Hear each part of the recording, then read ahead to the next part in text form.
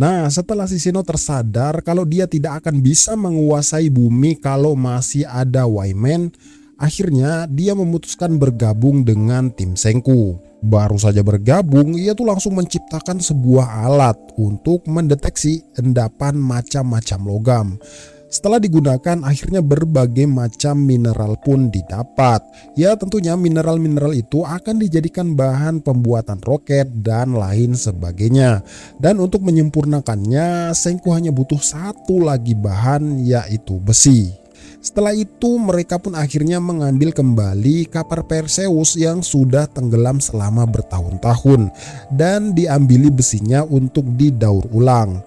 Karena memang besi di Amerika itu sangat-sangat langka, guys. Setelah mendaur ulang dan mencampurkan beberapa mineral, akhirnya terciptalah super alloy, yaitu baja nirkarat, yaitu baja yang tidak bisa berkarat. Dengan baja itu, Seiko ini masih sempat-sempatnya, guys, menciptakan makanan kaleng yang bisa awet dan tidak basi, dan lanjut membangkitkan warga sekitar. Di sana ia juga membangkitkan teman-teman Seno untuk membantu proyek yang sangat besar ini. Dan sebelum itu Seno itu ternyata sudah menjelaskan kepada mereka kalau musuh sebenarnya adalah Wyman. Dan tentunya posisi Wyman ini ada di bulan. Dan akhirnya Seno dan bawahnya bergabung dengan tim Senku. Untuk membangun roket, Senku dan Seno membagi tugas. Seno bertugas membuat mesin roket, sedangkan Senku membuat Perseus baru yang nantinya bertugas keliling dunia untuk membangun kota-kota besar yang terdapat mineral-mineral roketnya. Dan ternyata super alloy yang mereka ciptakan masih level 1, guys. Sedangkan roket membutuhkan super alloy yang berkualitas tinggi. Maka dari itu, Seno menciptakan alat untuk mengupgrade super alloy mereka. Setelah menyatukan kekuatan dan membangkitkan penduduk-penduduk setempat, akhirnya terciptalah kota super alloy yang berfokus menambang material-material alam.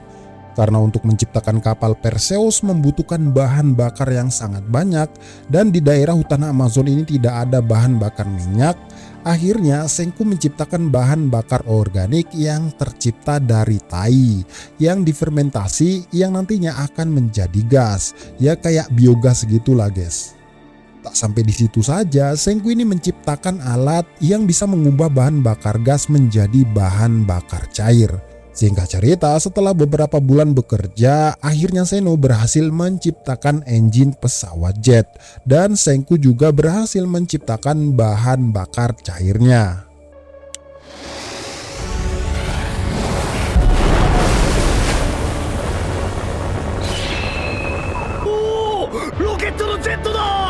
Namun engine roket buatan Seno ini cuma tahap percobaan, guys, dan levelnya ini masih level 1. Dan untuk membuat roket dibutuhkan engine berlevel 99 dan masih membutuhkan kerja keras yang lebih lama.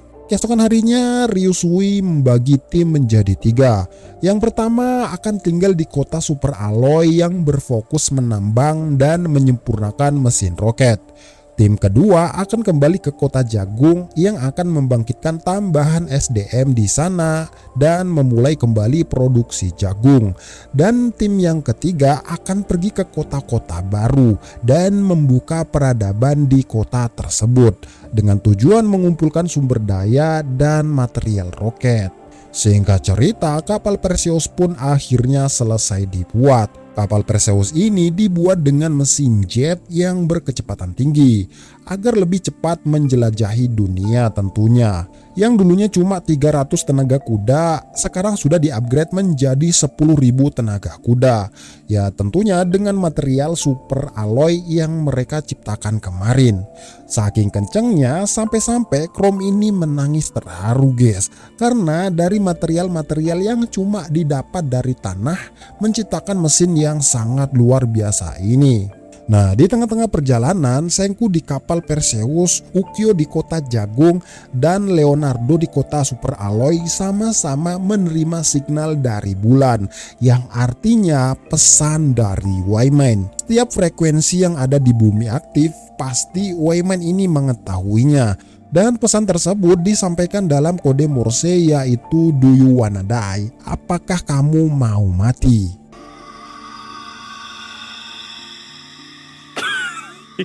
Setelah itu, Gen menyuruh Francois untuk membalasnya dan tidak ada balasan sama sekali.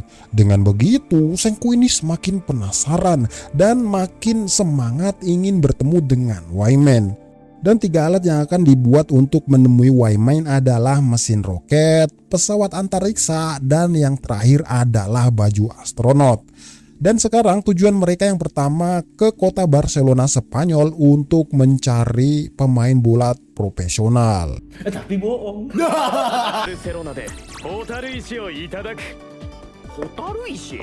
Fluorid merupakan material yang sangat penting dalam pembuatan baju astronot dan kapal antariksa. Selain mencari fluorid, mereka juga akan mencari zaitun di sana. Singkat cerita, setelah 1 minggu perjalanan melintasi Samudra Atlantik, akhirnya mereka memasuki Laut Mediterania dan sampai di Barcelona, Spanyol. Risui, Francois, Chelsea, dan Gen pergi mencari zaitun. Sedangkan Senku menyuruh kakek Kaseki membuat alat pemeras minyak zaitun. Dan akhirnya minyak zaitun pun didapatkan. Dengan minyak zaitun, tentunya Francois ini sangat gembira dan dapat menciptakan masakan-masakan unik khas Mediterania. Senku dan kawan-kawan akhirnya membangkitkan warga lokal dan menjamunya dengan makanan-makanan berkelas sebelum memperkerjakan mereka semua. Saat Kohaku dan Chrome ingin berburu sapi, ternyata itu tuh adalah banteng, guys, yang langsung mengejar mereka berdua. Untungnya ada Ryusui yang pandai menggunakan trik ala Spanyol untuk mengalihkan perhatian banteng. Daging-daging banteng dan sapi perah bisa didapatkan di sana. Tak hanya itu, ternyata Ryusui juga membuat mata uang agar kehidupan dunia batu ini bisa saling menguntungkan. Penduduk setempat sangat-sangat berterima kasih dengan Senku dan kawan-kawan. Karena Senku dan kawan-kawan tidak berniat menguasai mereka, melainkan membantu mereka menghidupkan dan membangun peradaban yang telah mati.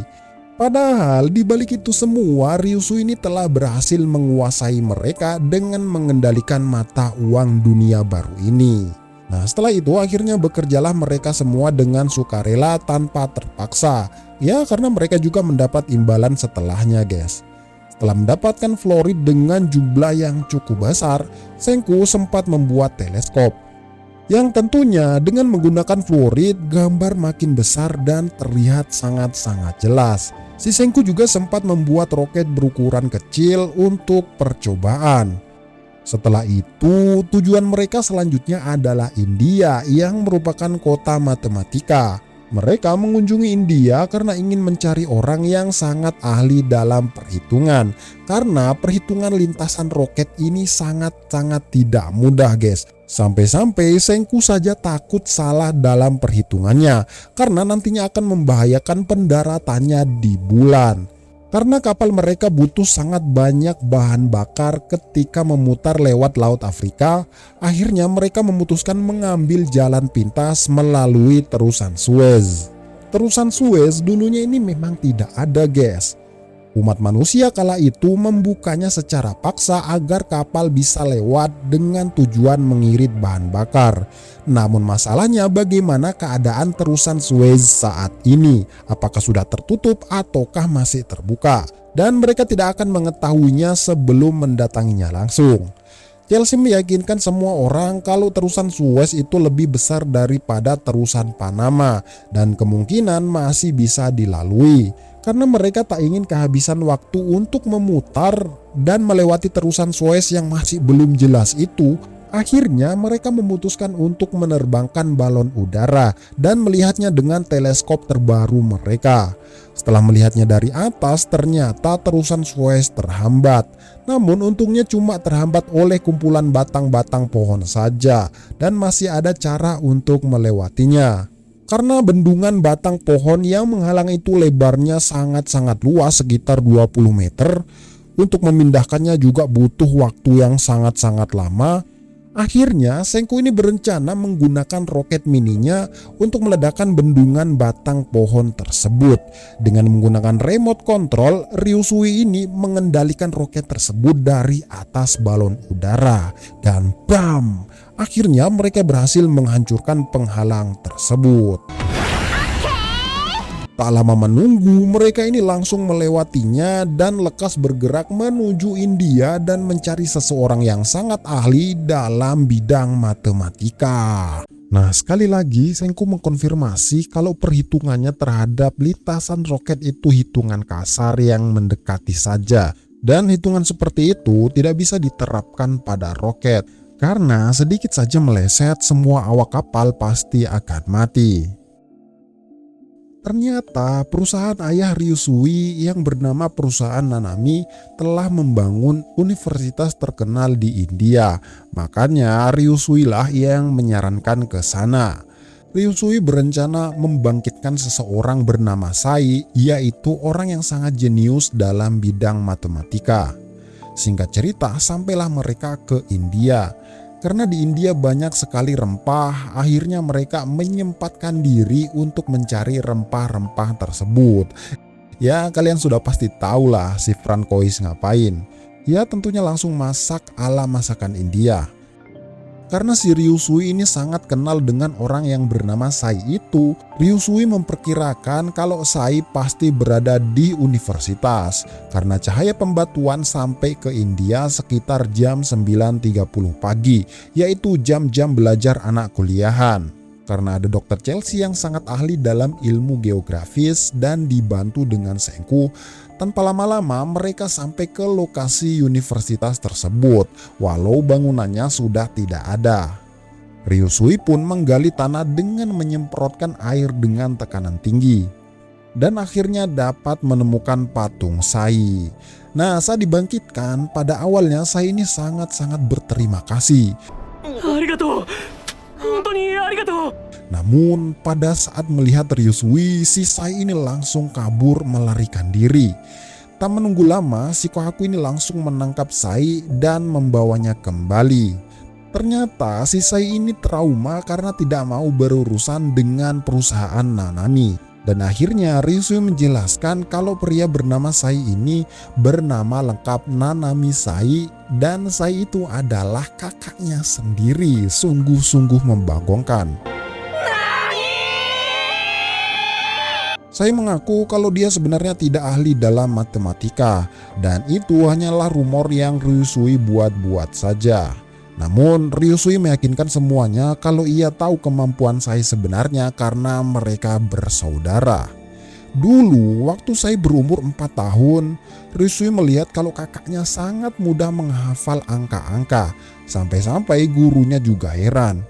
Di usia yang sangat muda itu, saya sudah menguasai aljabar linear, topologi, teori himpunan, dan apalah, pokoknya dia kuasai semua itu guys.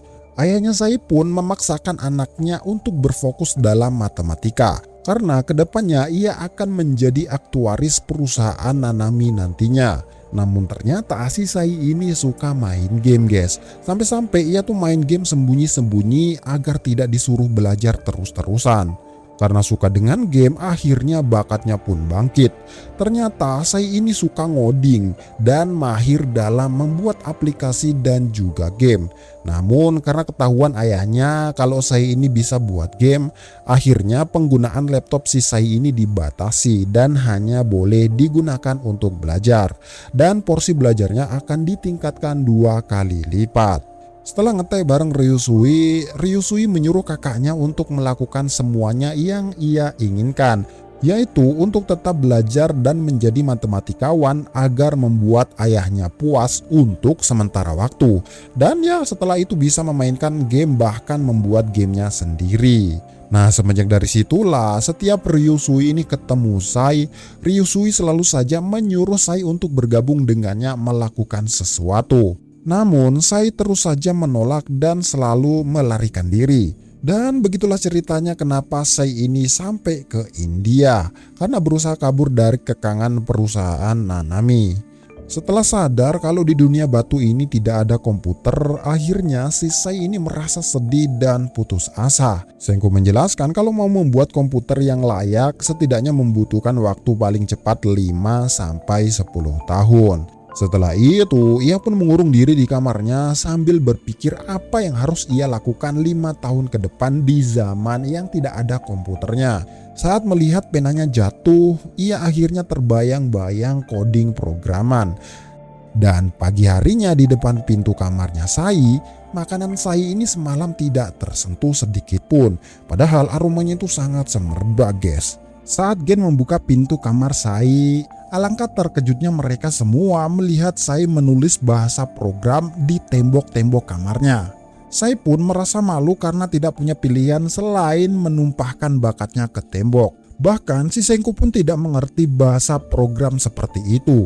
Sai menjelaskan kalau semua tulisan ini adalah coding dari game Dragon Quest. Mengetahui bakat luar biasa Sai, akhirnya Senku merubah rencananya, yaitu membuat komputer di dunia batu ini.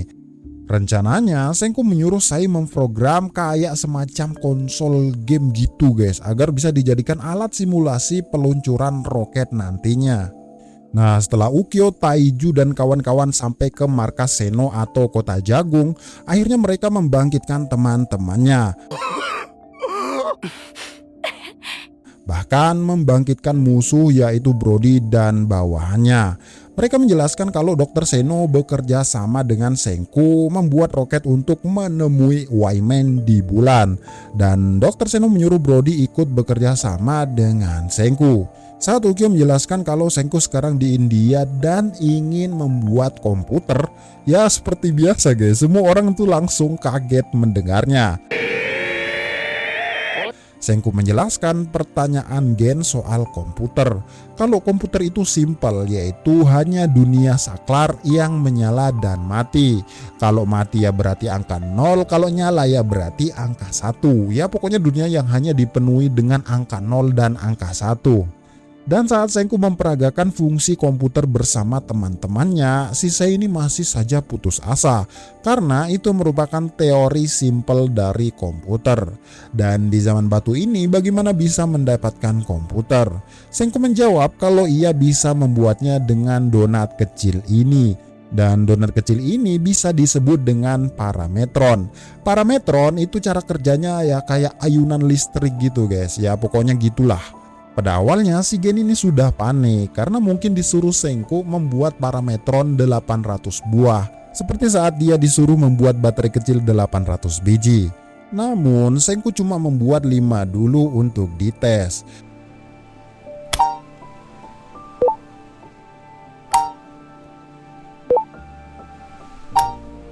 Setelah mencobanya, si Sai ini merasa nostalgia dan meneteskan air mata. Nah, si Gen sudah mulai panik lagi nih guys. Jangan-jangan Senku menyuruhnya membuat 800 buah lagi. Namun ternyata tidak guys.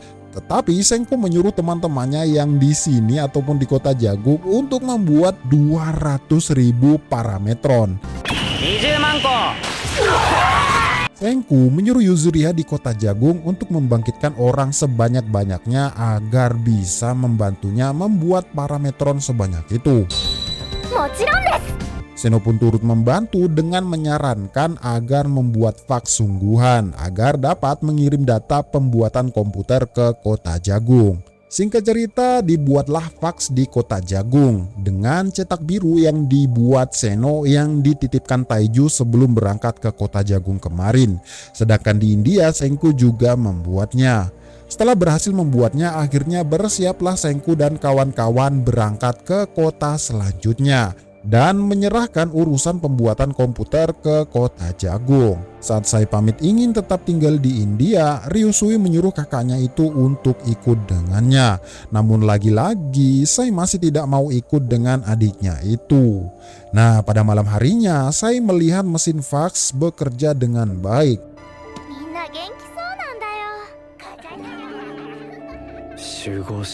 Setelah itu si Chelsea dan Gen membujuk Sai untuk ikut dengannya. Kemudian Sai curhat kalau melihat foto kebersamaan tadi, ia tuh jadi teringat foto perusahaan keluarga Nanami karena hanya dia dan Ryusui saja yang tidak diajak berfoto karena ibu mereka itu bukan istri utama keluarga Nanami. Dari dulu, Sei ini selalu saja dipaksa untuk belajar dan ia hanya bisa nurut. Berbeda dengan Ryusui yang semena-mena dan tidak bisa dikendalikan siapapun. Bahkan keluarganya pun tidak bisa mengendalikannya. Dan saat itu ia memutuskan kabur ke India. Karena Ryusui selalu saja memikirkan bagaimana ia bisa memanfaatkan orang lain. Di sana Gen memahami Sai dan membela Ryusui kalau sebenarnya Ryusui itu adalah orang baik dan hanya ingin melakukan sesuatu bersama dengan saudara tercintanya. Mendengar perkataan tadi, Sai mulai tersadar dan mengingat kenangan mereka dulu. Setelah itu, tiba-tiba si Ryusui ini menemui Sai dan mengajak Sai bermain catur karena besok ia akan berangkat meninggalkannya. Dengan refleksi Sai ini menolaknya, ya mungkin karena trauma ya guys. Namun akhirnya ia tersadar dan menerima ajakan saudaranya itu. Perang emosional pun dimulai.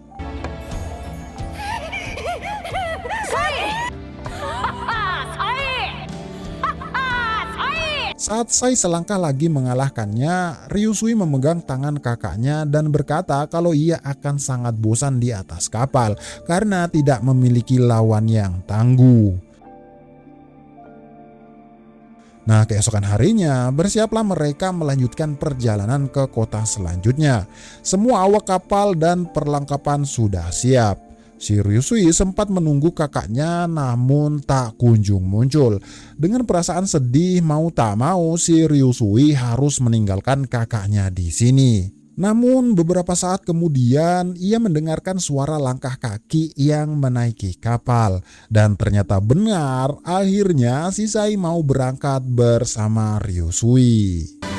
Iko, Ryusui. Ishoni.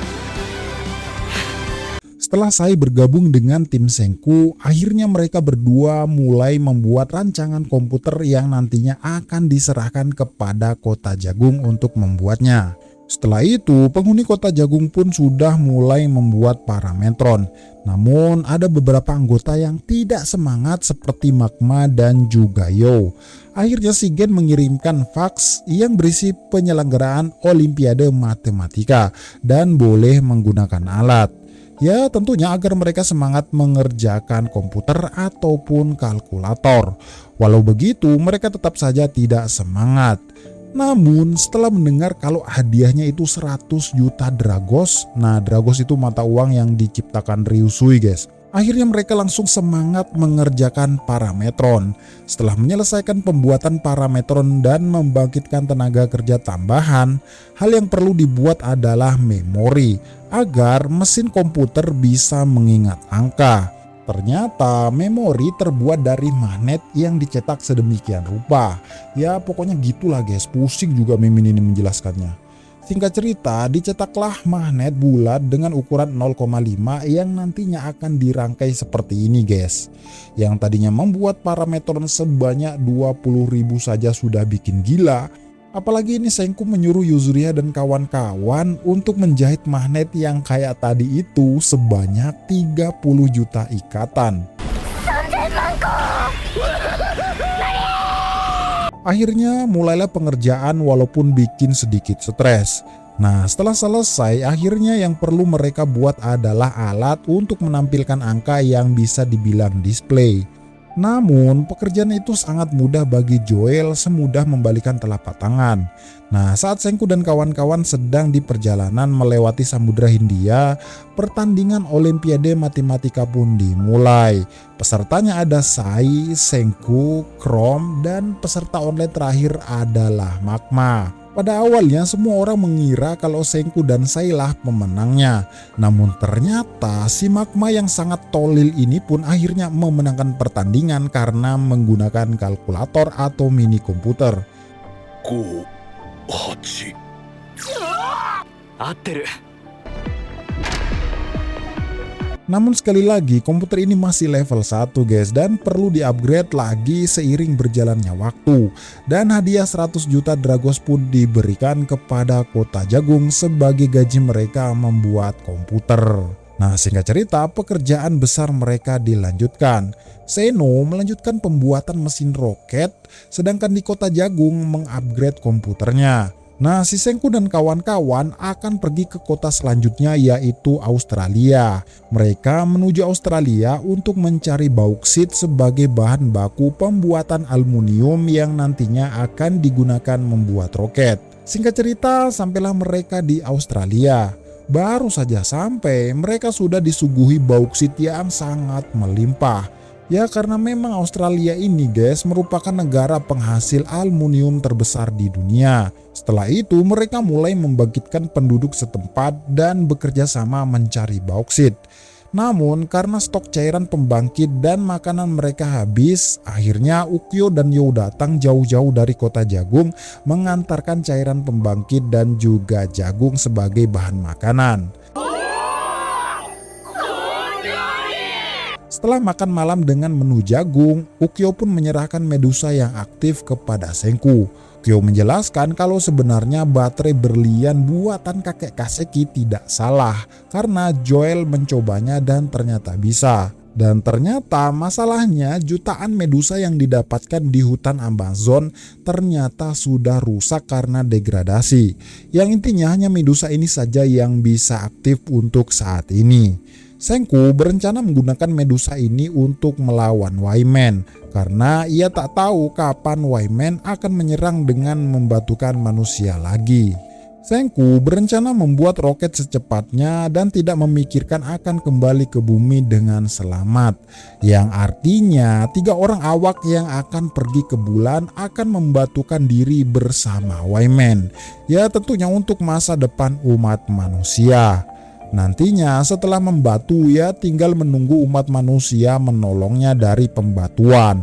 Entah itu ratusan tahun, jutaan tahun, miliaran tahun, ya pokoknya sampai manusia menolongnya. Mendengar itu teman-teman Senku mulai panik karena tidak mau kehilangan Senku. Dan Medusa terakhir ini akan disegel sampai pembuatan roket selesai. Karena Medusa ini merupakan tiket sekali jalan untuk melawan Wyman. Nah, di atas atap, si Chrome dan Suika ini terus berpikir siapa kira-kira 3 orang yang akan berangkat ke bulan. Karena mereka tidak mau kehilangan 3 orang tersebut, setelah berpikir cukup lama, ia berencana memprotes rencana Senku dan mengusulkan untuk membuat roket yang bisa membawanya untuk pulang balik ke bumi. Setelah itu, si Chrome dan Suika memohon kepada Sai untuk diajari matematika dari nol agar nantinya berguna dan dapat membantu Senku kembali dengan selamat. Setelah melihat keseriusan mereka berdua, akhirnya Sai bersedia mengajari mereka. Setelah itu, kakek Kaseki bertanya buat apa batu merah atau bauksit semacam ini. Senku menjawab kalau bahan-bahan itu akan diproses dengan sangat rumit, sehingga menghasilkan badan roket. Gen bertanya apa fungsi listrik super gila seperti yang digambarkan Senku di tanah. Senku menjawab kalau pembuatan aluminium memerlukan listrik yang sangat besar. Dan satu-satunya tempat yang bisa membuat listrik tanpa batas karena memiliki debit air yang melimpah yaitu Jepang. Ya betul guys, markas mereka yang pertama kali yaitu desa Ishigami. Rencananya mereka akan mengumpulkan semua sumber daya yang didapatkan dari seluruh dunia ke Jepang karena mereka akan membuat roket di sana. Nah, setelah mengambil banyak bauksit, akhirnya mereka melanjutkan perjalanan. Setelah mengarungi lautan berhari-hari, akhirnya mereka memasuki kawasan gelap. Dan kalian tahu mereka mampir di mana? Ya, mereka mampir di Indonesia untuk membangkitkan pria Solo. Saya akan lawan. Nah, di Indonesia mereka itu memanen getah karet karena pohon karet di Indonesia ini sangat melimpah dibandingkan hutan Amazon. Akhirnya di Indonesia didirikanlah kota karet.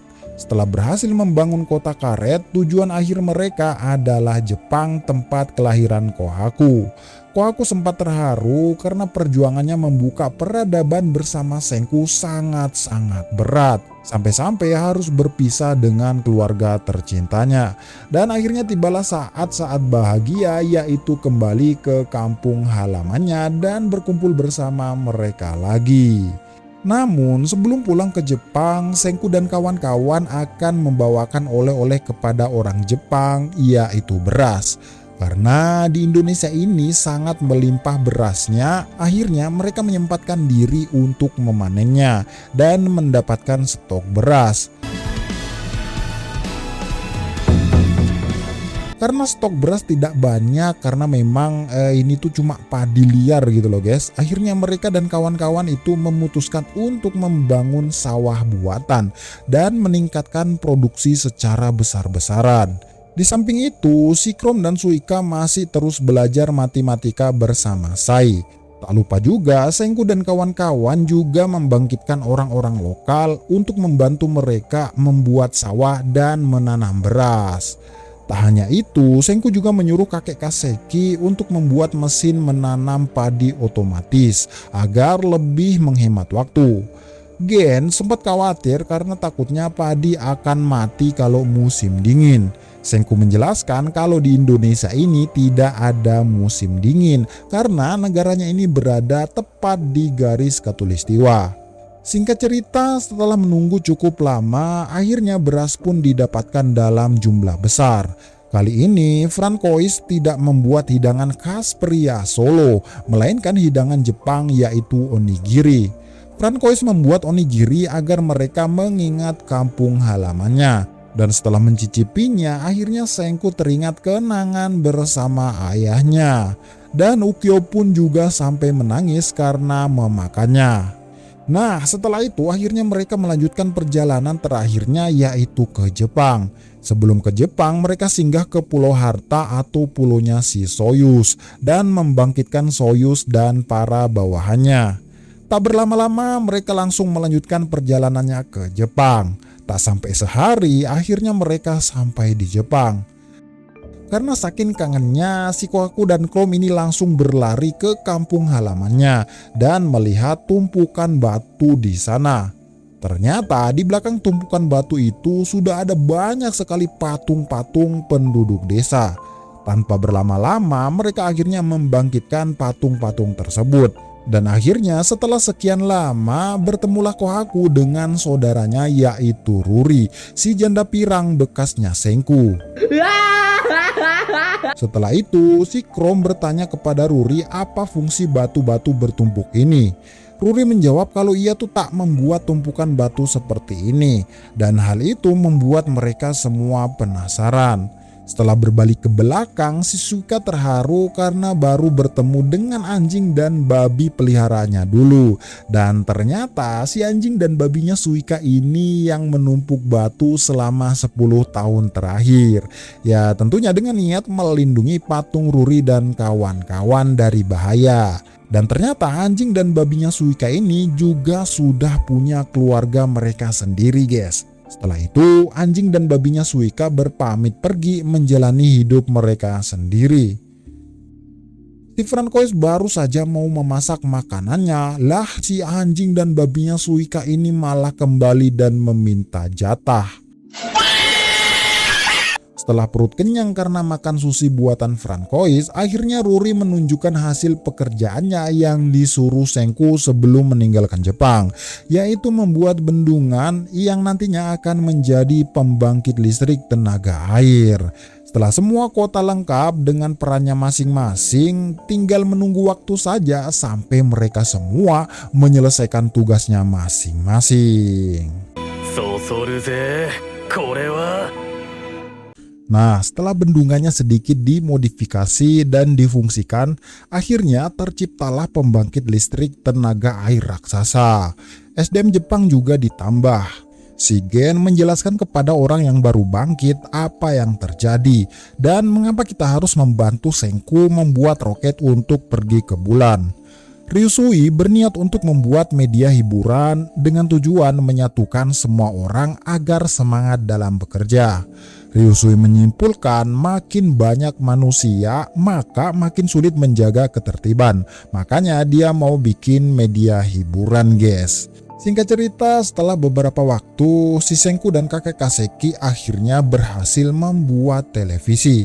Namun sayangnya, Senku baru teringat kalau di dunia batu ini ternyata tidak ada saluran televisi. Namun Senku tidak membuat televisi untuk hal sia-sia.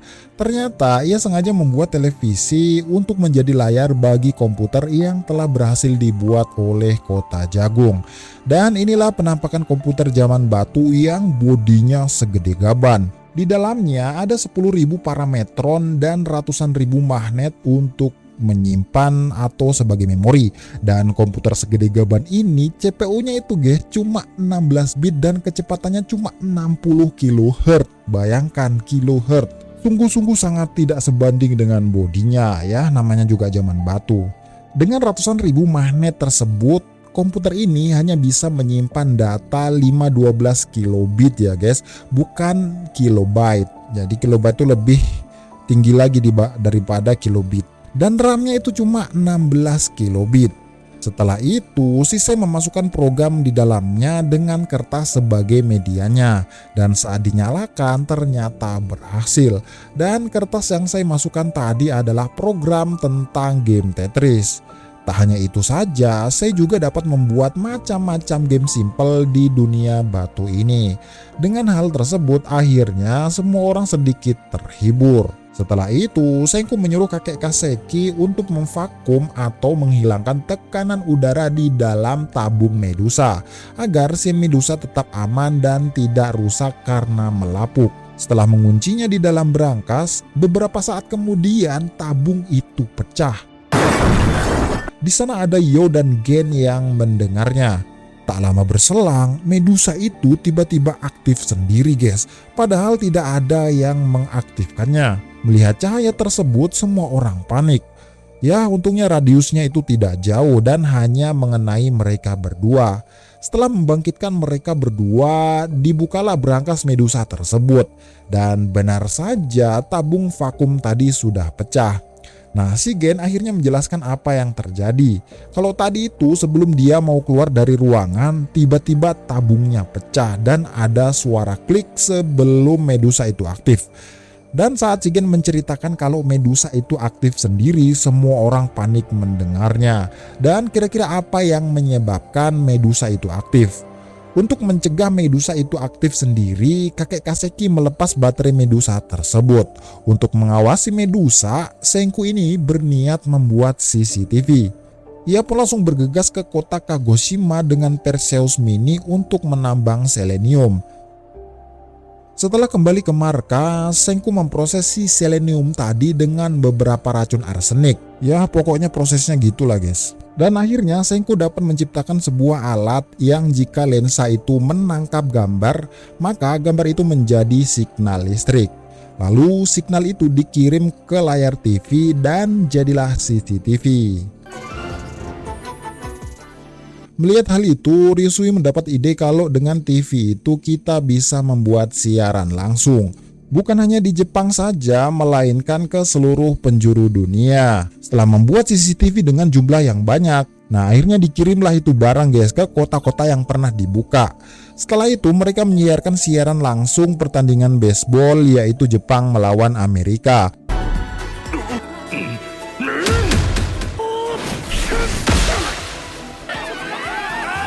Bukan hanya itu saja, banyak juga siaran yang dibuat Senku. Ada siaran masak-masak nggak jelas, siaran menjahit, siaran lagu-lagu, dan lain sebagainya. Akhirnya stasiun televisi pun berhasil dibuat. Tak hanya itu, Senku juga menyimpan rencana besar, yaitu menggunakan CCTV itu untuk mengawasi dan mencari lokasi Wyman di bulan dengan jelas tentunya. Oleh karena itu, Senku ini berniat membuat dan meluncurkan satelit buatan sebelum berangkat ke bulan. Masaka, 世界に人工衛星を打ち上げる。 Mendengar satelit, manusia-manusia purba di desa Ishigami ini tidak mengerti apa itu satelit. Senku menjelaskan pertanyaan-pertanyaan Chrome soal satelit. kalau satelit itu tidak akan jatuh ke bumi karena di luar angkasa itu tidak terkena gaya gravitasi bumi. Dan persediaan energi di luar angkasa itu unlimited, yaitu dengan mengandalkan panel surya. Setelah itu, Senku berencana membuat panel surya dengan bahan-bahan yang didapat di Kogashima. Dengan bahan-bahan tersebut, Senku menggabungkannya dan akhirnya terciptalah panel surya.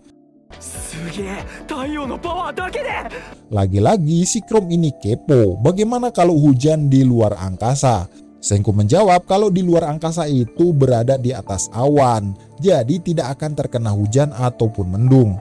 Singkat cerita, setelah 3 tahun di Pulau Harta, ternyata Soyuz telah menyelesaikan terminal peluncuran roket seperti yang Senku perintahkan. Senku dari Jepang membawa badan roket tanpa awak, dan Seno dari kota Super Alloy membawa mesin jet.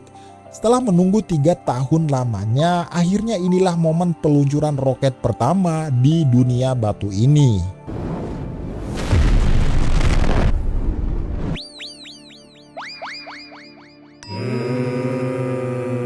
Namun sayangnya roket yang susah payah mereka buat malah belok dan terjatuh ke laut. Ya mau tak mau mereka pun mengambilnya dan memperbaikinya lagi. Kali ini ada kebocoran pada nozzle roket tersebut. Beberapa bulan kemudian akhirnya diteslah roket kedua Senku. Namun malah meledak di tempat. Dan kesalahannya kali ini cuma pada kabel yang sederhana. Singkat cerita, setelah memperbaikinya, diterbangkanlah roket ketiga. Namun kali ini roketnya ini tidak jadi terbang. Dan kegagalan kali ini disebabkan karena bahan bakar yang menggelembung lalu menguap. Namun kerusakannya hanya menghancurkan baling-baling di dalam mesin. Setelah memperbaikinya, akhirnya roket keempat diterbangkan. Lah, si roketnya malah terbang tak jelas. Perbaikan demi perbaikan, percobaan demi percobaan telah dilakukan. Roket kelima gagal meledak sebelum melewati awan. Roket keenam pada awalnya itu melesat dengan normal hingga melewati awan. Namun sayangnya juga meledak sebelum sampai ke luar angkasa. Setelah bertahun-tahun membuat roket dan hasilnya terus-terusan gagal, teman-teman Senku sudah kayak putus asa gitu guys. Akan tetapi si Senku dan Dr. Seno ini tetap semangat dan pantang menyerah. Rom pun sampai takjub karena seorang dokter seperti Seno dan Senku masih harus melakukan trial and error untuk menggapai sesuatu. Makin banyak seseorang mengerti, maka seseorang itu pasti sadar kalau masih banyak hal yang tidak dia mengerti. Singkat cerita, setelah menyelesaikan roket ketujuh, akhirnya diterbangkanlah roket tersebut. Dan syukurnya di roket ketujuh ini mereka berhasil menerbangkannya dan tidak terjadi kesalahan.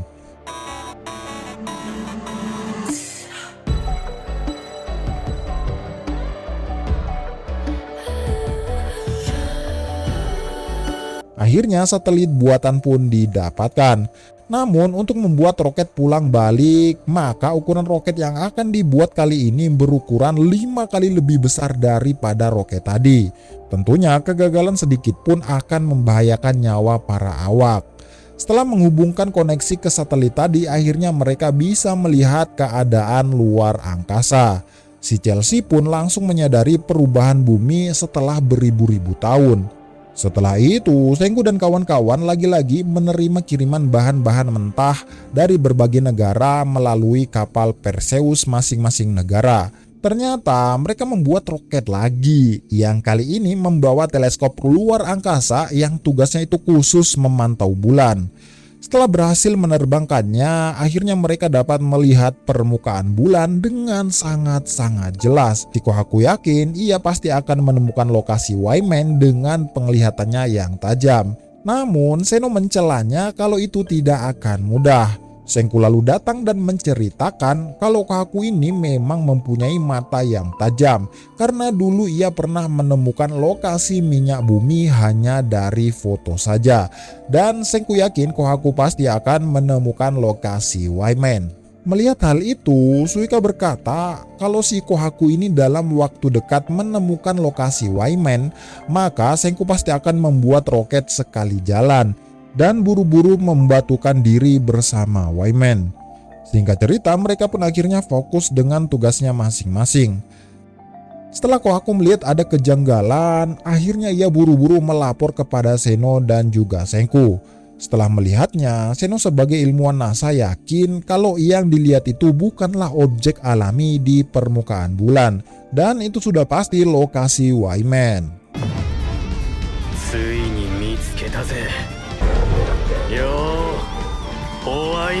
Melihat Kohaku menemukan lokasi Wyman, lagi-lagi Suika ini senang bercampur sedih karena mereka pasti akan meluncurkan roket sekali jalan. Keesokan harinya, si Chrome ini menemukan ide. Dia membuat konferensi sains untuk memungut suara antara roket sekali jalan atau roket pulang balik yang harus mereka buat. Namun ya kalian sudah tahu lah guys, roket pulang balik itu sangat besar dan perlu waktu yang lama untuk membuatnya. Untuk meyakinkan orang-orang, Chrome ini mengeluarkan rancangannya, yaitu membuat roket yang terpisah-pisah. Nah, pisahan tadi akan diantarkan satu roket setiap potongan. Dan setelah mereka berhasil mengalahkan Wyman di bulan, mereka bertugas menggabungkan potongan-potongan roket tadi untuk kembali ke bumi. Kohaku dan yang lain meragukan teori Chrome yang biasanya dibilang konyol. Namun, Senku menjelaskan kalau roket ayahnya juga demikian. Senku bersama Seno ternyata tidak terpikirkan hal tersebut. Namun, melihat sejarah yang sudah ada, Seno menjelaskan kalau roket pulang balik yang dikirim secara terpisah dan dirakit di luar angkasa itu membutuhkan komponen-komponen yang sangat-sangat banyak. Ya, bisa jutaan komponen yang diperlukan. Walau demikian, Chrome memohon kepada teman-temannya untuk melakukan pemilihan suara. Siapa yang memilih membuat roket pulang pergi atau roket sekali jalan. Dan akhirnya dilakukanlah demokrasi pertama di dunia batu ini. Ternyata Sise sudah menyiapkan sistem untuk pemilihan suara. Setelah para pembesar kerajaan Sais memilih suara, akhirnya suaranya pun keluar dan pemenangnya adalah membuat roket pulang balik. Semua orang pun senang dengan keputusan itu. Setelah itu, Sise ini iseng-iseng membuka hasil suara yang dipilih tadi. Ternyata hasilnya semua orang memilih untuk membuat roket pulang balik walaupun memerlukan kerja keras dan waktu yang lama. Setelah itu, Ukyo menemui Senku karena tadi ia mendengarkan rencana gila Senku bersama Seno. Akhirnya Senku mengaku kalau rencananya kali ini yaitu membuat internet untuk menghubungkan semua orang di belahan dunia mencapai satu tujuan. Untuk membuat internet, Senku menjelaskan kalau bahan yang kurang adalah daun teh Ekomia.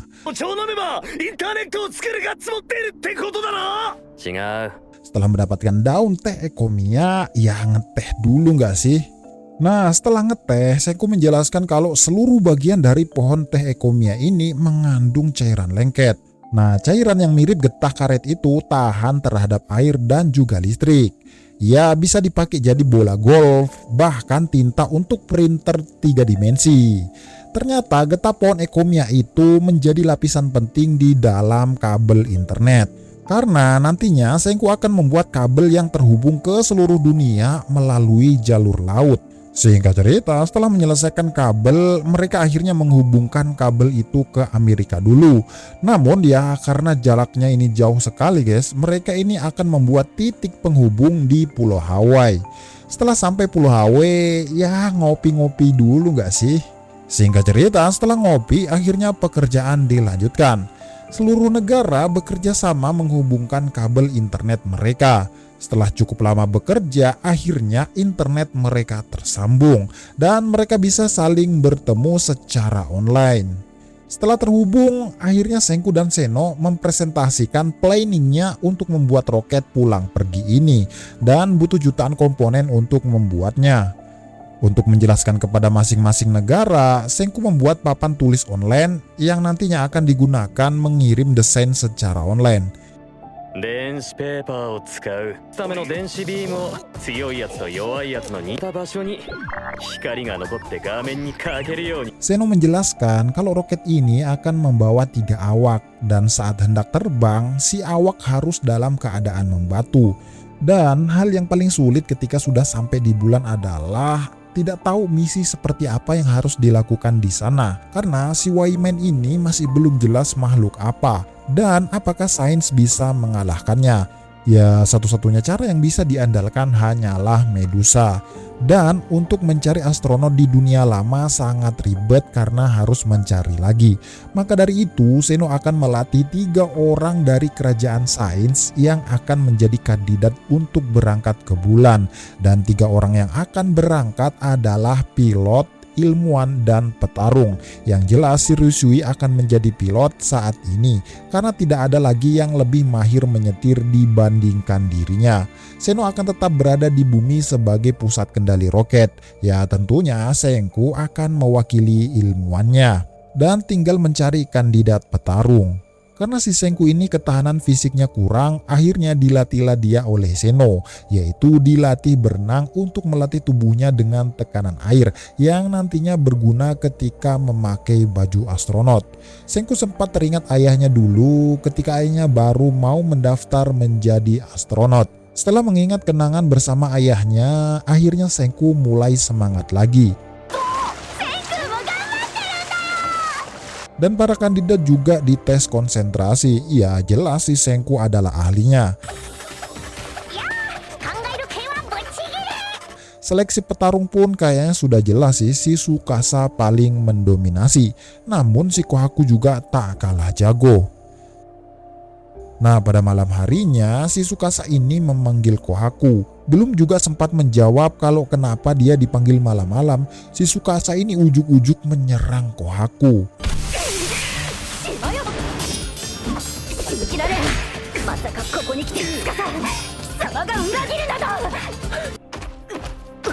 Setelah pertarungan selesai, Tsukasa menjelaskan kalau dia sebenarnya cuma ngetes Kohaku dan pengen tahu saja kemampuan bertarung Kohaku saat ini. Setelah mengetahui kalau kemampuan bertarung Kohaku ini makin bagus saat terakhir kali mereka bertarung, akhirnya si Tsukasa ini bisa lega karena sebenarnya dia akan menyerahkan posisi petarung kepada Kohaku.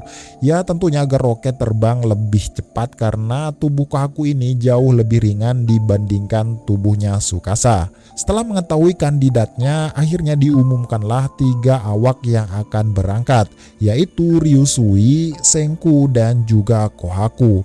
Nah, saking senengnya si Ryusui ini kalau mau berangkat ke bulan, seperti biasa Ryusui ini membuat miniatur roket sambil nyanyi-nyanyi. Tak lupa juga si Sei ini membuat program simulator pengendali pesawat luar angkasa. Ya tentunya untuk latihan dan sebagai hiburan. Saat Ryusui mencobanya, ya sudah jelas guys, dia yang paling jago. Saat semua orang percaya kalau memang Ryusui ini jago dalam mengendarai apapun, akhirnya ia teringat sesuatu saat si Sei ini menambahkan game tembak-tembakan di dalam simulatornya. Ternyata ia tak ahli dalam menembak. Dan akhirnya Ryusui teringat seseorang yang ahli dalam hal pilot serta tembak menembak. Si Senku sudah membuat rencana bersama Joel dan menyuruh Joel membuat jam tangan yang memiliki timer. Jam tangan itu nantinya akan digunakan untuk menghidupkan kembali seseorang yang memakainya ketika membatu. Dan waktu pengaktifannya itu ditentukan oleh pengguna. Si Senku juga menyiapkan senjata kedua untuk melawan Medusa, yaitu sebuah pistol jaring yang bisa meledakkan Medusa hingga hancur.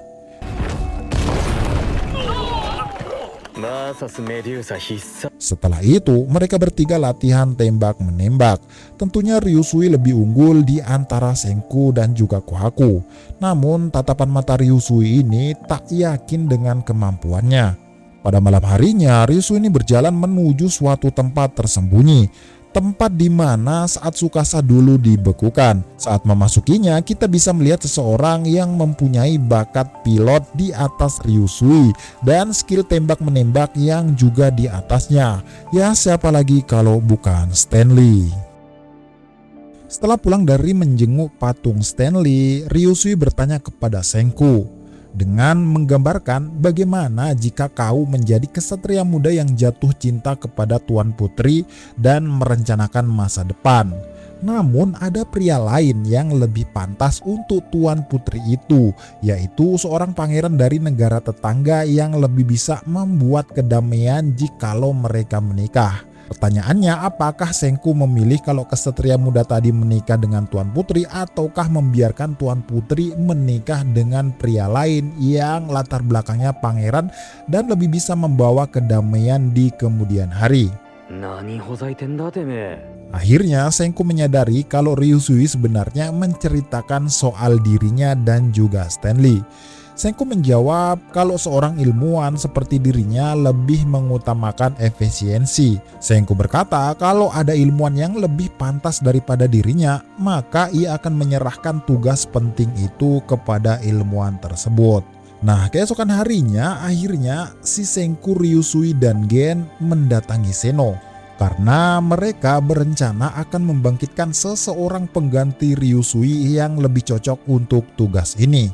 Karena Stanley ini adalah teman masa kecil Seno, akhirnya ia merasa kaget dan terharu. Dan bertanya kepada Sengku apakah Sengku tidak takut kalau Stanley bangkit nanti ia akan berbuat jahat lagi seperti dulu. Sengku dan Ryusui yakin dengan keadaan yang sekarang. Stanley dan Seno pasti mau bekerja sama demi masa depan umat manusia. Para pembesar kerajaan sains pun juga kaget dengan keputusan membangkitkan Stanley. Namun Gen meyakinkan kepada teman-temannya kalau Tsukasa akan mengawasi Seno sebagai tawanan. Gen melakukan hal itu agar teman-temannya menerima kehadiran Stanley demi masa depan umat manusia. Nah, akhirnya dibangkitkanlah si Stanley. Nah, setelah bangkit, ya seperti biasa guys, Stanley yang mempunyai basic tentara ini langsung bertanya kepada Seno apa pekerjaan selanjutnya. Akhirnya Seno menceritakan misi selanjutnya dan akhirnya dia menerimanya dengan sepenuh hati. Nah, pada malam harinya lagi-lagi Ryusui ini latihan menembak walau tahu kalau dirinya ini tidak akan berangkat. Ya setidaknya tetap harus latihan walau jadi pilot cadangan. Francois pun datang dan memujinya dengan sebutan mulia karena lebih mementingkan masa depan umat manusia dibanding ambisi pribadinya. Ryusui berkata kalau ia tak butuh dengan penghiburan seperti itu. Sebenarnya dalam lubuk hati yang paling dalam ia tuh sangat-sangat kecewa guys, karena ia tuh sangat-sangat ingin pergi ke bulan. Saking kecewanya si Ryusui ini sampai nangis. Saat hendak ingin melanjutkan latihan, tiba-tiba tembakan tepat sasaran mengenai seluruh target. Ternyata dari belakang itu merupakan perbuatan Stanley. Ia ingin memberitahu Ryusui kalau dirinya ini memang pantas mengambil posisi ini. Singkat cerita, dibuatlah baju astronot untuk mereka bertiga. Dengan bahan yang sudah terkumpul, akhirnya mulailah dibuat baju astronot ala dunia batu ini. Saat pembuatan baju astronot dan roket sedang dikerjakan, si Sengku ini memberikan kesempatan kepada teman-temannya untuk meminta dibuatkan apapun. Ada yang minta mesin cuci, kamera, konsol game, obat kuat, robot wanita lah, dan lain sebagainya pokoknya. Si Ryusui menginginkan barang-barang namun itu semua mustahil dibuat. Pertama, si Sengku ini mengabulkan permintaan Ryusui yaitu dibuatkan microwave dan akhirnya microwave pun didapatkan. Sengku menjelaskan pertanyaan Ruri kenapa microwave bisa panas padahal tidak ada api. Sengku menjelaskan kalau di dalam microwave itu terpancar gelombang radio berkecepatan tinggi hingga menggesek molekul air di dalam makanan hingga makanannya menjadi panas. Berikutnya Sengku membuat mesin cuci untuk Yuzuriha, kamera perekam video untuk Minami, dan lain sebagainya. Sampai-sampai si Sengku ini kelelahan memenuhi keinginan mereka semua. Setelah itu yang terakhir adalah keinginan untuk Taiju yang sudah lama ia impikan, yaitu membuat ponsel dengan layar sentuh. Untuk membuat itu, Sengku ini perlu membuat kristal cair. Ya pokoknya pembuatannya gini lah guys, ribet sekali nih Mimin jelasinnya. すっと液晶先生がこうグイーンとねじれて張り付いてここの皮下先生が電気でしびれてまっすぐになる Setelah menjelaskan dan membuatnya dengan sangat-sangat ribet, akhirnya didapatkanlah smartphone dengan layar sentuh. Namun walaupun layar sentuh guys, smartphone dunia batu ini tidak seperti smartphone zaman sekarang. Bodinya ini guys sangat tebal dan sangat besar, sampai-sampai si Taiju ini harus membawanya dengan bobot 40 kilo. Ya karena memang aslinya smartphone ini merupakan komputer guys. Namun ternyata si Senku ini membuat LCD bukan hanya menyenangkan Taiju saja. 大樹のためにわざわざ液晶とか作ってそれはいかにも違いそうだがなわきゃねえだろ。やっぱり Namun untuk memasangnya di pesawat luar angkasa, karena kalau mau memakai televisi tabung itu tuh sangat rentan rusak karena getaran guys. Makanya Senku ini akan menggantinya dengan layar LCD. Setelah pengumpulan dan pembuatan part-part roket yang membutuhkan waktu bertahun-tahun, akhirnya roket pulang balik pun berhasil diselesaikan dan siap berangkat ke bulan. Keesokan harinya ketiga awak pun sudah siap dengan baju astronotnya. Akhirnya berpamitanlah mereka semua dengan orang-orang terdekatnya sebelum berangkat ke bulan. できるか？ああ、できるね。 Suika sempat khawatir bagaimana kalau roketnya gagal dan meledak seperti yang telah terjadi. Gen menenangkan teman-temannya untuk tidak khawatir karena mereka menaiki roket tersebut dalam keadaan membatu. Ya kalaupun nantinya gagal dan meledak kan mereka masih bisa menggabungkan pecahan tubuh mereka yang membatu lalu membangkitkannya kembali. Semua orang pun merasa terharu karena akan berpisah dengan Senku dan mereka hanya bisa mendoakan keselamatannya. Sebelum berangkat, Medusa normal yang sudah tertidur lama dihidupkan kembali dengan dipasangi baterai dan lekas menyerahkannya kepada Senku. Setelah ketiga awak sudah siap dengan pakaian astronotnya, Medusa itu akhirnya diletakkan tepat di atas mereka. Senku pun mengaktifkannya hingga membatukan mereka bertiga. 5 メーター、1セカンド。メデューサの光です Setelah mereka membatu di dalam ruang kendali, Zeno ini mulai mengkoordinir anggotanya untuk memulai keberangkatan setelah pengecekan dan semua sistem normal. Mesin utama pun dinyalakan. Senku dalam keadaan yang membatu masih bisa menghitung mundur kapan roketnya dinyalakan. Kali ini Senku merasa nostalgia dengan pembatuan pertama yang membuatnya menghitung detik yang telah berlalu. Di pembatuan pertama dia tuh menghitung maju. Dan akhirnya sekarang dia bisa menghitung mundur untuk keberangkatannya ke bulan menemui biang kerok yang melumpuhkan peradaban manusia. Dan akhirnya terbanglah roket berawak pertama di dunia batu ini.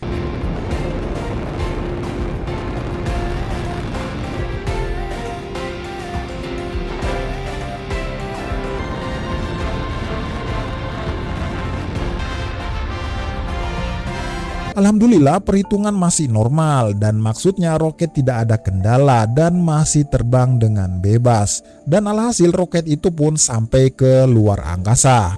Zeno akhirnya lega dan semua orang bergembira mendengar berita tersebut. Setelah penerbangan berhasil, sekarang Zeno memerintahkan anggotanya untuk beralih ke mode pengawasan untuk menghitung ulang lintasan orbit.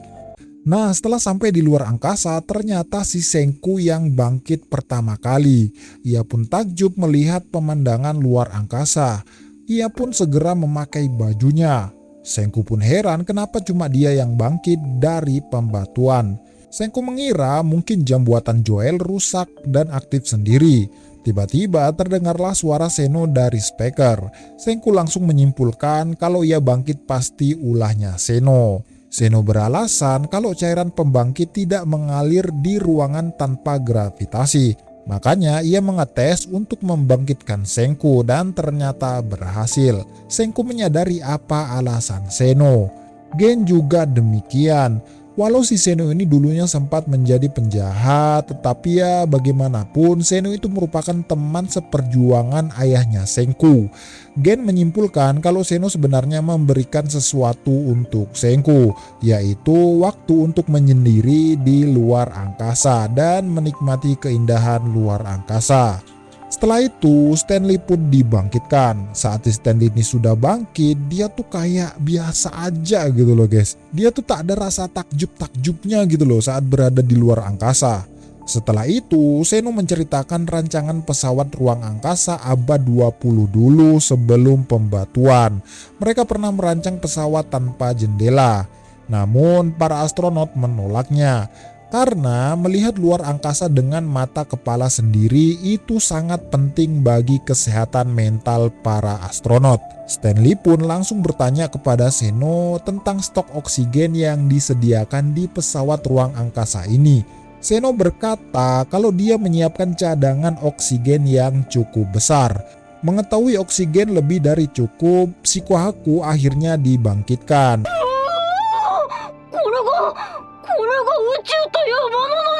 Ya namanya orang primitif ya guys. Si Kohaku ini langsung takjub melihat keindahan luar angkasa. Setelah itu mereka pun memakan ramen buatan Francois. Hal itu mengingatkan kembali kepada ayahnya Senku yang juga sangat suka dengan ramen. Kohaku bertanya kepada Senku bagaimana keadaan stasiun luar angkasa tempat tinggal ayahnya Senku dan teman-teman astronotnya. Apakah masih mengambang atau bagaimana? Senku menjawab kalau stasiun luar angkasa itu sudah pasti jatuh karena tidak dikendalikan oleh manusia. Singkat cerita, kiriman potongan pesawat ruang angkasa mereka sudah tiba. Nah, tugasnya si Stanley ini adalah mendaratkan pas dengan badan pesawatnya saat ini. Akhirnya 2 unit sudah tersambung dan tinggal 2 unit lagi. Nah, kalau kita lihat dari gambar, terlihat potongan pesawat luar angkasa itu ada 4 potong guys, bukan 5 potong ya ternyata. Yang paling atas adalah pusat kendali. Yang kedua adalah support modul, yaitu ruangan tambahan yang berfungsi membantu pusat kendali bekerja lebih baik. Yang ketiga adalah service modul, yaitu bagian yang menyediakan layanan penting untuk mendukung sistem utama dan juga menjadi penggerak utama pesawat ini. Dan yang terakhir adalah lunar modul, yaitu potongan pesawat yang nantinya akan mendaratkan mereka di permukaan bulan. Walau sudah berhasil menggabungkan 2 potong, si Senku ini merasa janggal karena ia tak mendengar suara apapun dari bumi setelah berhasil menggabungkan 2 potong pesawat ruang angkasa mereka.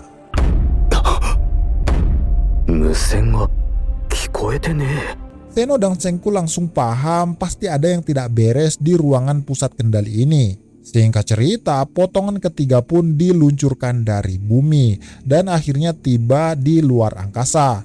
Namun saat Kohaku ini memegang layar yang berfungsi mengontrol pergerakan pesawat, layar tersebut malah rusak guys, hingga membuat si Kohaku panik.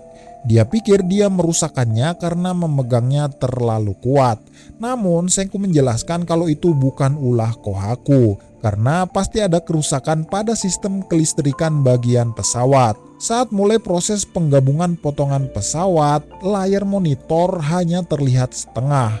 Karena ya setengahnya itu error guys. Namun walau demikian, dengan skill Dewa Stanley, ia pun akhirnya berhasil menggabungkan potongan ketiga itu. Saat Senku mengecek tempat modul kelistrikan, ia mendapati inilah biang keroknya. Ternyata ada sehelai rambut manusia yang ikut membatu karena terkena cahaya Medusa. Nah, si rambut itulah yang membuat konsleting pada papan sirkuit tersebut. Senku menyesal kenapa kita tidak dibatukan terlebih dahulu sebelum menaiki pesawat, agar kegagalan kecil seperti ini tidak terjadi. Setelah itulah malah papan sirkuitnya meledak. Akhirnya layar monitor 100% tidak bisa digunakan. Singkat cerita, peluncuran roket keempat pun diluncurkan dan sudah sampai di luar angkasa. Stanley pun menyadari kalau potongan keempat sebentar lagi tiba.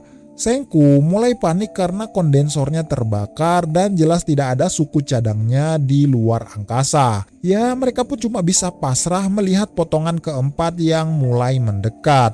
Lah, kok potongan keempat itu bisa goyang sendiri seperti ada yang mengendalikannya, kata Kohaku. Stanley menjelaskan kalau dugaan Kohaku benar, sudah pasti ada yang mengendalikannya. Senku pun menyadari kalau potongan itu masih bisa muat satu orang, dan siapa lagi kalau bukan Ryusui.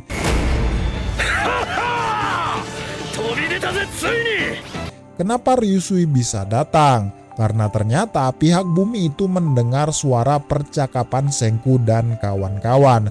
Namun Senku dan kawan-kawan tidak bisa mendengar suara dari pihak bumi.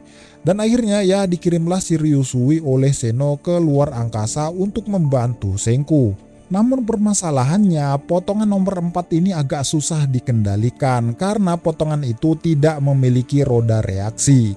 Nah, roda reaksi ini fungsinya untuk menstabilkan pergerakan guys, ya kayak roda gila gitu. Namun walau demikian dengan skill Ryusui yang tak kalah jago, ia pun berhasil menyesuaikan posisi pesawatnya. Di bumi si Seno pun pusing kok bisa si Ryusui ini menstabilkan pergerakan pesawatnya. Padahal potongan pesawat itu tidak memiliki roda reaksi. Lah ternyata si Ryusui lah yang menjadi roda reaksi itu sendiri. Dia tuh berputar-putar seperti roda reaksi. Mendengar itu semua orang-orang heran tak habis pikir. Dan akhirnya potongan keempat pun berhasil digabungkan. Akhirnya Ryusui bertemu dengan Senku dan kawan-kawan. Padahal Ryusui ini tahu kalau dirinya ini tak akan berangkat. Tapi ia tetap berusaha berlatih untuk menjadi astronot. Dan takdir berkata lain, perjuangan Ryusui latihan keras menjadi astronot ternyata tidak sia-sia. Ternyata si Ryusui juga membawa papan sirkuit yang baru untuk menggantikan yang rusak. Akhirnya pusat kendali pesawat ruang angkasa sudah bisa terhubung lagi dengan bumi. Dan sekarang saatnya berangkat menuju bulan. Nah, di bumi ternyata pusat kendali pesawat ruang angkasa yang awalnya itu di Pulau Harta atau pulaunya si Soyuz ternyata sudah dipindahkan ke Jepang guys, yaitu markas pusat kerajaan sains. Dengan saling mengirim gelombang radio, Seno pun bisa mengetahui jarak dan kecepatan pesawat Senku. Dan saat ini pesawat Senku dan kawan-kawan melaju dengan kecepatan 38.000 km per jam. Ya karena memang guys di luar angkasa itu tidak ada beban sama sekali. Nah di kecepatan itu ternyata Senku dan kawan-kawan dalam keadaan membatu, jadi aman lah ya. Setelah 3 hari akhirnya Senku dan kawan-kawan dibangkitkan kembali. Dan ternyata mereka sudah sampai di dekat bulan. Kohaku lagi-lagi takjub melihat bulan dari dekat. Tsukida, hontou ni. Ternyata si Chrome membuat sebuah alat untuk mengetahui posisi pesawat. Namun alat yang diciptakan Chrome itu ternyata juga pernah dibuat dulu ketika pesawat Apollo pertama diterbangkan. Karena jarak yang sangat jauh dan komunikasi ini kadang-kadang terputus, jadi si Senku dan kawan-kawan ini harus bisa menghitung dengan kemampuan mereka sendiri tanpa bantuan dari bumi. Si Kohaku bertanya kepada Senku kenapa permukaan belakang bulan itu lubang-lubang. Senku menjelaskan kalau bulan sebenarnya adalah pelindung alami bumi karena dialah yang melindungi bumi dari hantaman meteor di luar angkasa. Makanya bagian belakang bulan berlubang-lubang. Karena kapal pendaratan ke bulan cuma 3 orang, jadi Ryusui ini mengorbankan diri dan akan tinggal di pusat kendali pesawat. Sedangkan Senku, Kohaku, dan Stanley akan mendarat di bulan dan mencari Wyman. Dan akhirnya potongan keempat pun memisahkan diri dan langsung turun ke permukaan bulan. Dengan skill dewa dari Stanley, akhirnya Senku dan kawan-kawan berhasil mendarat di bulan. Semua orang di bumi bahagia melihat mereka mendarat dengan aman di bulan. Mereka sudah menyiapkan kapsul Medusa yang dilengkapi dengan speaker yang fungsinya agar bisa mengaktifkan Medusa saat dibutuhkan. Mengapa harus pakai kapsul dengan mikrofon? Ya karena di permukaan bulan itu vakum guys, makanya suara tidak bisa merambat. Kohaku sempat percaya diri ketika bertemu Wyman. Ya karena tinggal melempar dan mengatakan 10 meter 1 detik. Mendengar perkataan Kohaku yang hampir mengaktifkan Medusa, semua orang langsung panik. Tanpa berlama-lama, mereka pun langsung menuju ke titik lokasi dengan menggunakan mobil luar angkasa.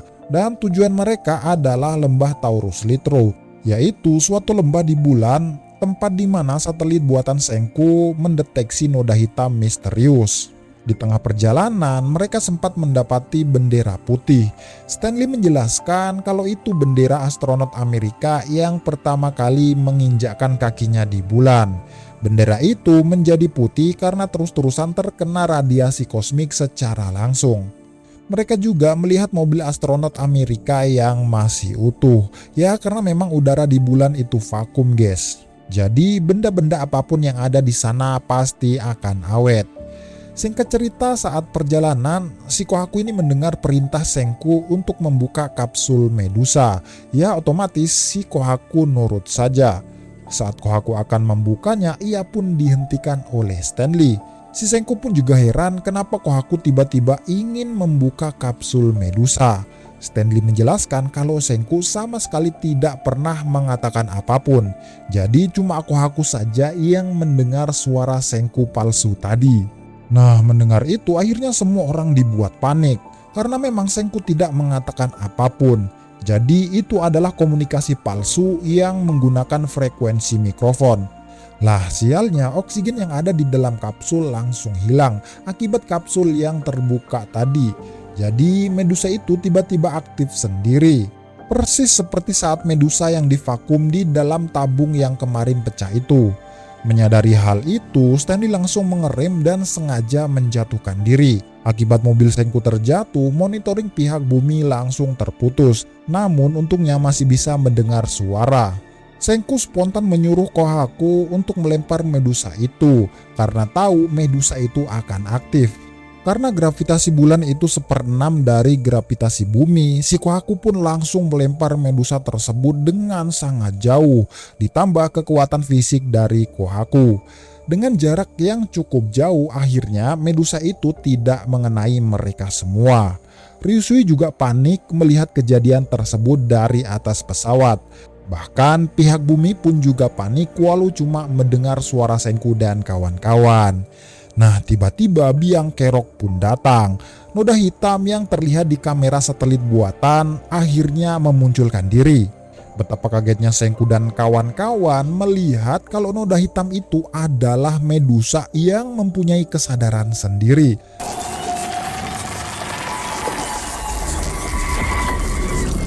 Ternyata satu-satunya Medusa yang selama ini mereka pegang juga mempunyai kesadaran dan bisa terbang sendiri seperti yang lainnya. Ternyata semua Medusa aktif tersebut bisa berbicara melalui gelombang radio, bahkan bisa menggunakan bahasa manusia, baik bahasa Inggris ataupun bahasa Jepang. Semua orang pun dibuat kaget saat Medusa itu menjawab perkataan Senku. Wyman atau musuh yang selama ini mereka anggap ada di bulan ternyata ada di dekat mereka.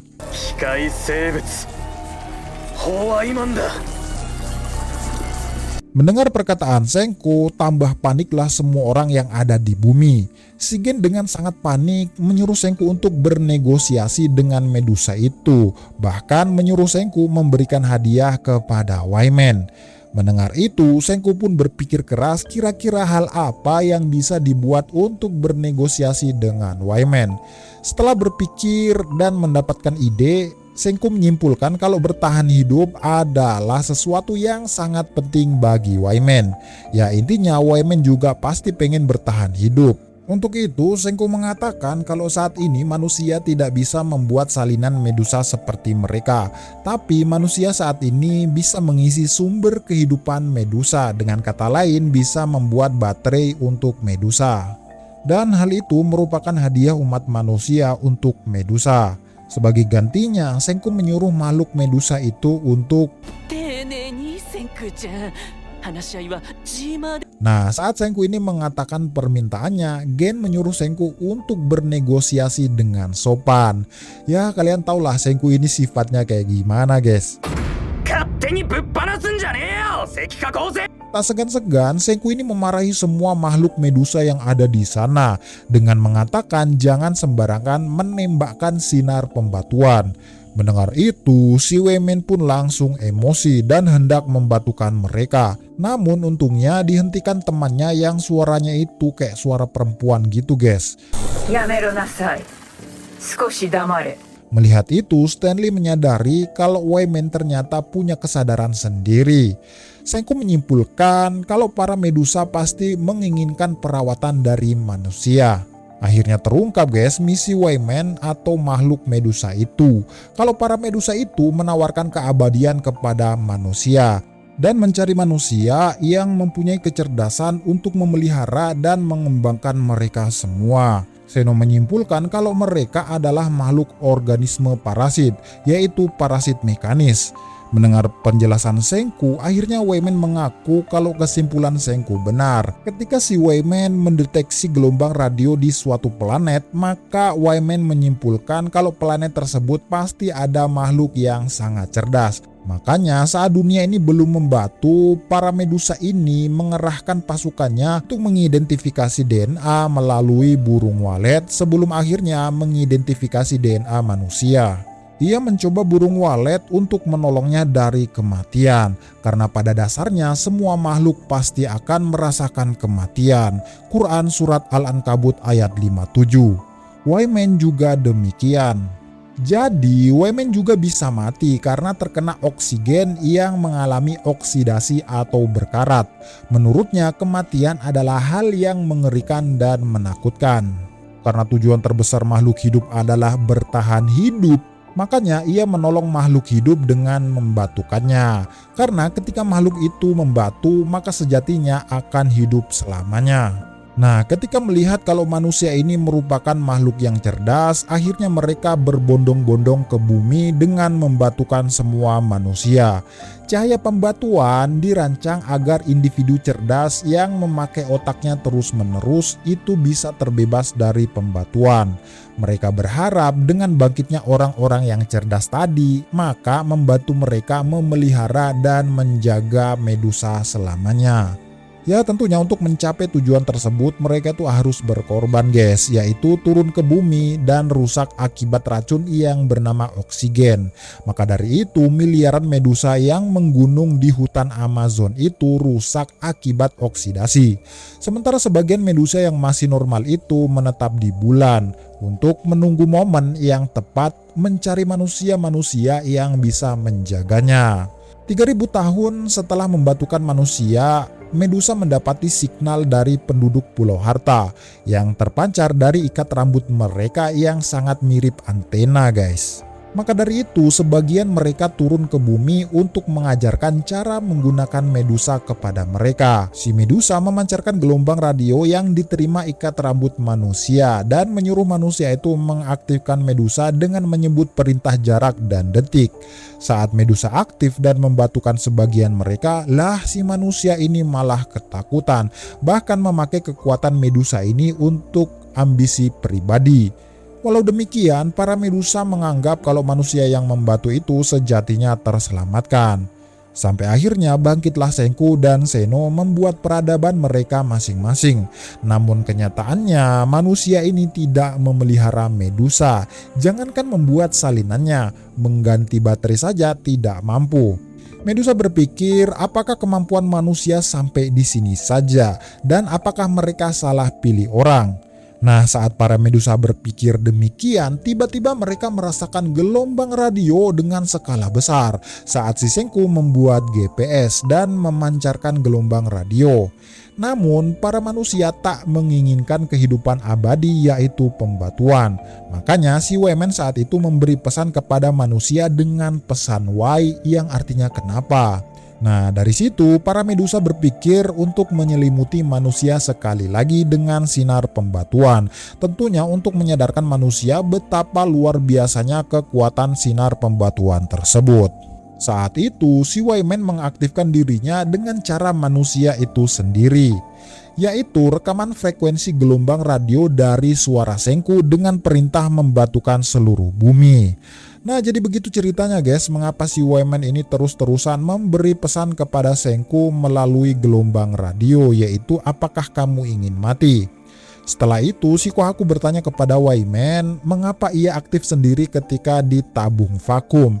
Si Wyman menjawab kalau ia tuh kaget saja. Kok tiba-tiba racun di sekelilingnya yaitu oksigen tiba-tiba menghilang guys. Dengan keadaan tervakum ia pun bisa bergerak sendiri dan mengaktifkan dirinya untuk memberitahu kepada manusia tentang keberadaannya melalui aktivasi tersebut. Ya kira-kira begitulah guys ceritanya mengapa si Wyman ini membatukan manusia dan mencari manusia yang bisa memeliharanya. Lantas Senku bertanya mengapa para Medusa membatukan manusia. Ya kan itu bisa membuat manusia kehilangan peradaban. Dan hal itu tentu saja tidak bisa membuat manusia menjaga para Medusa. Dan mengapa kalian melakukan hal sebodoh itu?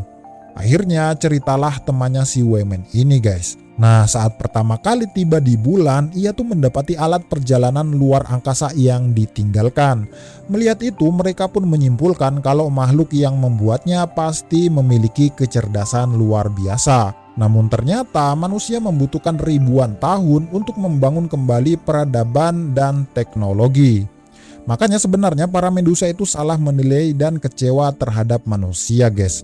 Mendengar itu si Chrome sempat emosi. Si Senku pun menyadari kalau pengetahuan sainsnya ini masih ketinggalan jauh.